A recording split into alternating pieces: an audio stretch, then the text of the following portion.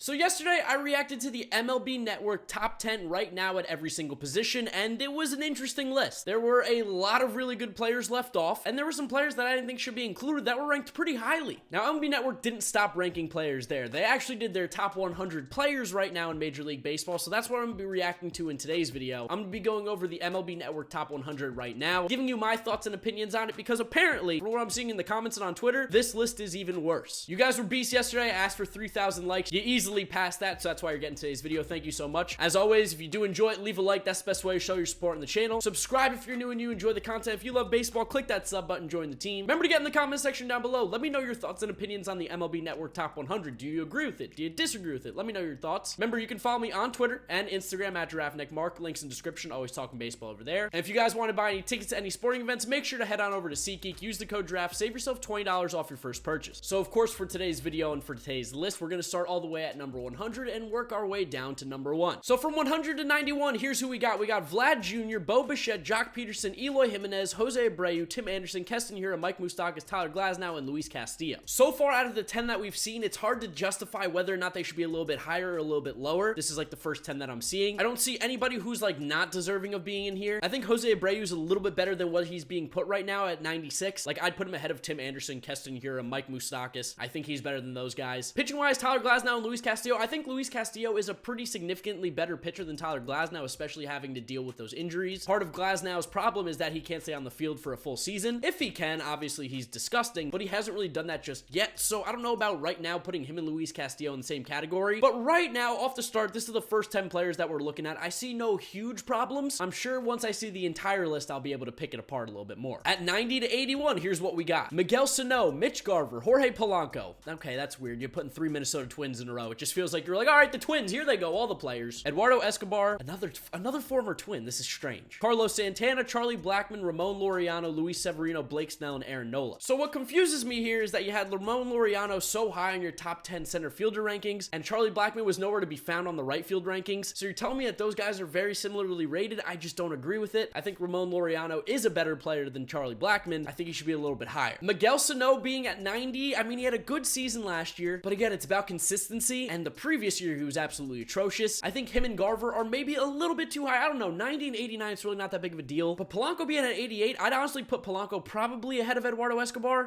Would I? I don't know, that's tough. I will say that all the guys listed in the previous 10, I don't think many of them, if any of them, should be ranked ahead of the guys right now. The only person I really have a problem with right now is Jose Abreu. I think he should be probably in this range here. I think Aaron Nola getting ahead of Blake Snell is fair because, of course, yes, Blake Snell won the Cy Young, but Aaron Nola has put up 2 pretty good seasons. But again, no big issues just yet. But I think as we get further and further, like I said, we're going to start to see some more problems here. 80 to 71, you got Gary Sanchez at 80, Wilson Contreras at 79, Michael Conforto at 78. Hold on a second. You put Gary Sanchez ahead of Mitch Garver, but in your top 10 position rankings, Mitch Garver was ahead of Gary Sanchez. Huh? Okay, we'll move on here. Corey Seager, Trey Turner, Aroldis Chapman, Josh Hader, Kirby Yates, Max Kepler, Nick Castellanos. Let me get this straight. You had Jorge Polanco at 88, who I am almost 100% sure was in the top 10 shortstop rankings. Trey Turner and Corey Seager were both left out of it, and they are ranked higher than him on the top 100 right now. MLB Network, are you guys okay? Did you have a drink? Are you hanging out with John Heyman? Have you been saucing? What's going on with these rankings right now? I'm seeing the problems people had because there's just no consistency based on the positional rankings. How can someone be a better player at the position, but then when you go to the players overall, guys that weren't on the list get higher than people who were featured top 10 at their position?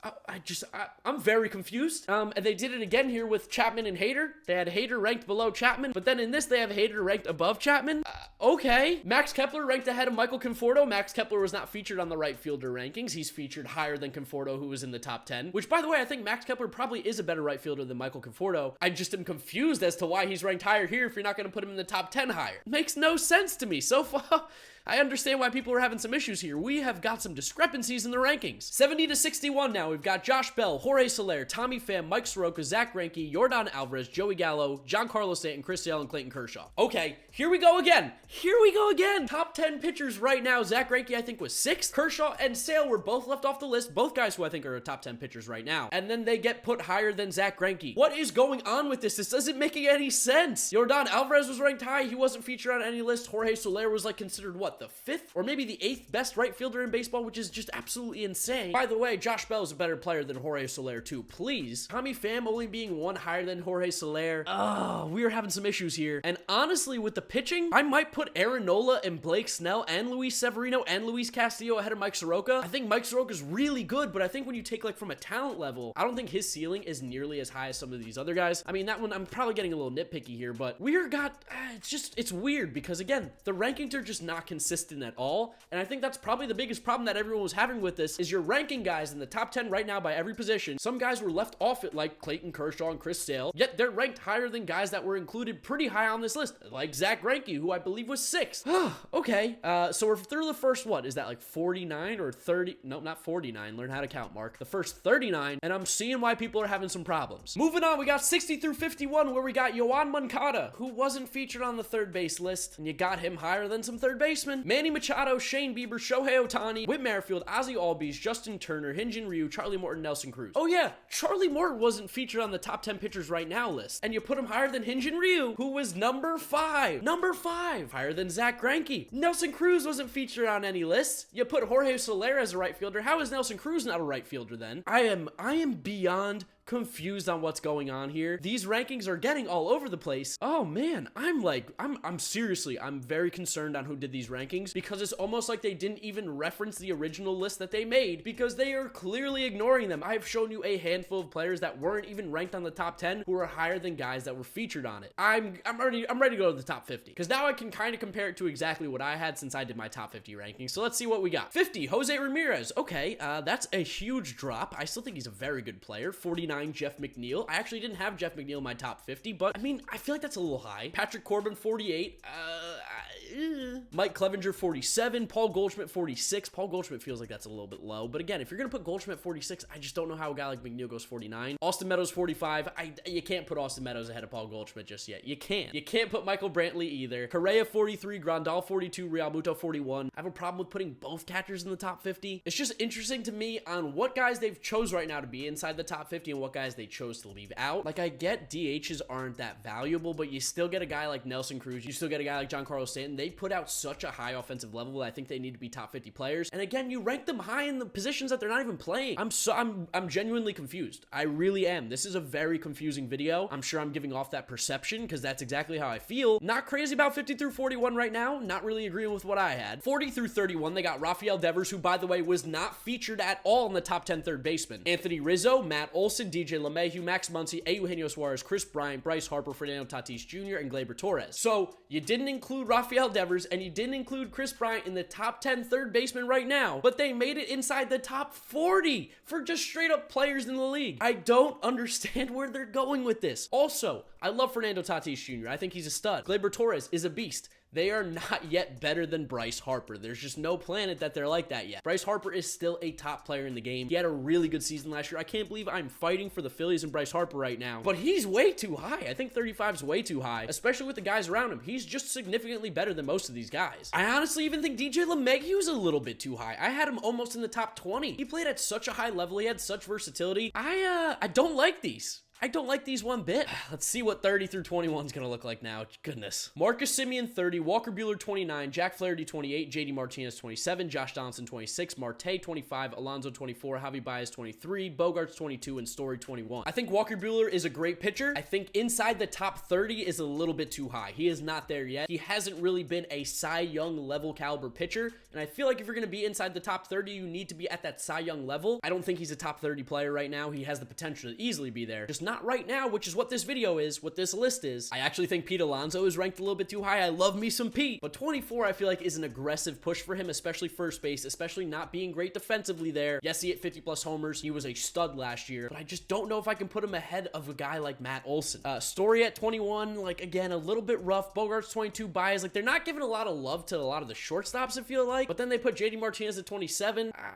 Confusion. Really, I really am. I'm confused. I hate to keep repeating myself, but these rankings are just a little bit all over the place. I don't understand like the pattern or what they're really looking for. It feels like they are strictly almost going off WAR for 2019. Is that possible? Because like if you're just evaluating talent and evaluating player skill, there's a lot of questionable decisions here, as I've said. All right, so we're down to 20 through 11, where we got Steven Strasburg at 20, which again, Steven Strasburg was not featured at all Nowhere to be found on the top 10 pitchers right now list. How is this possible? You had him as the 20th best player in baseball. You didn't even include him in your top 10 starting pitchers, but he's the 20th best player. Matt Chapman, 19, George Springer, 18, Altuve, 17, Judge, 16, Freeman, 15, 14, Scherzer, 13, Verlander, 12, Acuna, 11, Soto. So I love Juan Soto, but Juan Soto is not a better player than Ronald Acuna just yet. Offensively, I think he is a better player, but Ronald Acuna's speed, his defense, it definitely makes up for that lack of consistency. Or I shouldn't even call it consistency. It should make up for the fact that he strikes out so much. Ronald Acuna, I think, is better than Juan Soto right now. I agree with Verlander going ahead of Scherzer. I agree with Freeman being at 15. I think that's almost exactly where I put him. This actual 20 to 11 zone is pretty accurate. I think they did a really good job here. This has probably been the best chunk of ratings I've seen thus far. This one is very solid. Now every single picture goes to like the top 10 here, so it just goes one by one. Number 10, Francisco Lindor. I had Lindor at 7, but it's genuinely the same area. I'm not going to go crazy if you have somebody just a little bit off. Nolan Arenado at 9 is an interesting one to me. I think Nolan Arenado is a top 5 player in the league. You take those offensive numbers plus his glove. He's unbelievably good. He's a consistent player. He plays almost 160 games, it feels like, every single season. Coors effect doesn't matter because you have to take what he actually does, and right now he is a Colorado Rocky. Those offensive numbers are disgusting for a season. I think he's a little bit underrated here. I think 9's a little too high. I had him at 5, and I think you got to at least put him close to there. Number 8, Jacob DeGrom. Love me some Jacob DeGrom, but again, I don't think he's a better player than Francisco Lindor or Nolan Arenado. The spot is fine. It's just the guys around him. Like, that's what's really important. I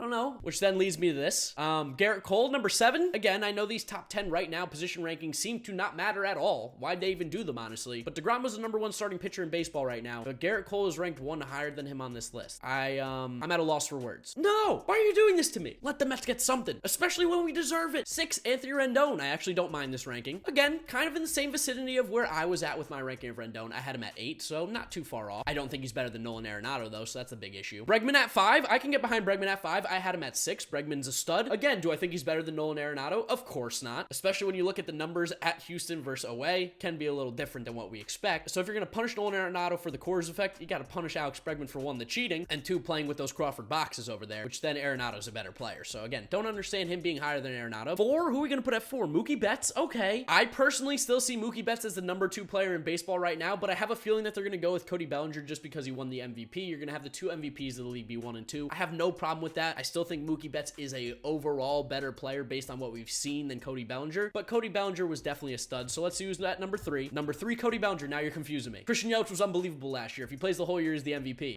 Okay. I mean, yeah. So it's got to be Yelich at number 2 then if Bellinger's 3, right? I mean, there's nothing wrong with this. I had actually Bellinger right at 3. He was my 3rd best player in baseball, but I need consistency. I need to see the thought process behind all these picks, and that's what I'm lacking right now. I don't understand how they made it sometimes. Number 2, of course, like I said, Christian Yelich, and again, it's not far off. I think I had him at 4, so I have no problems with that. They've got the top 4 right, at least in my mind. And then, of course, at number 1, you've got none other than Mike Trout. Thank you, MLB Network, for not screwing that up. Overall, not great. One good thing is that my top 50 list, every single one of those players was included in this top 100. Maybe I'm forgetting someone because I only did top 50 and this is top 100, but I don't see any huge snubs off the list. It's just more about the positioning and where they actually put these guys, because there's definitely some questionable decisions. And again, why do the top 10 rankings at every position if you're not going to worry about them and use them for your top 100 right now? Because Steven Strasburg was in the top 20 here, and he wasn't even ranked as a top 10 starting pitcher. So yeah, that was definitely an interesting ranking. The top 100, I mean, it's going to cause controversy anytime you rank players. There's going to be some heat. I'd love to know what you guys think about it down in the comment section below. Do you agree with this list? Do you think it's crazy? Do you agree with me? Let me know your thoughts down below. Remember to leave a like on the video if you did enjoy it. 3,000 plus likes would be amazing. Let's do it again for the 2nd straight video. Remember to click that subscribe button if you have not yet already. Trying to hit 150k before opening day. It's a tough task, but I think we can do it. Remember, you can follow me on Twitter and Instagram at GiraffeNeckMarc. Links in the description. Always talking baseball over there. Gonna wrap up today's video. You guys know the drill from here on out. YouTube recommends you watch this video as well as this is my most recent upload. So click through those if you have not yet seen them. Thank you so much for watching, guys. I do appreciate you, and I'll catch you all tomorrow for another video. Bye.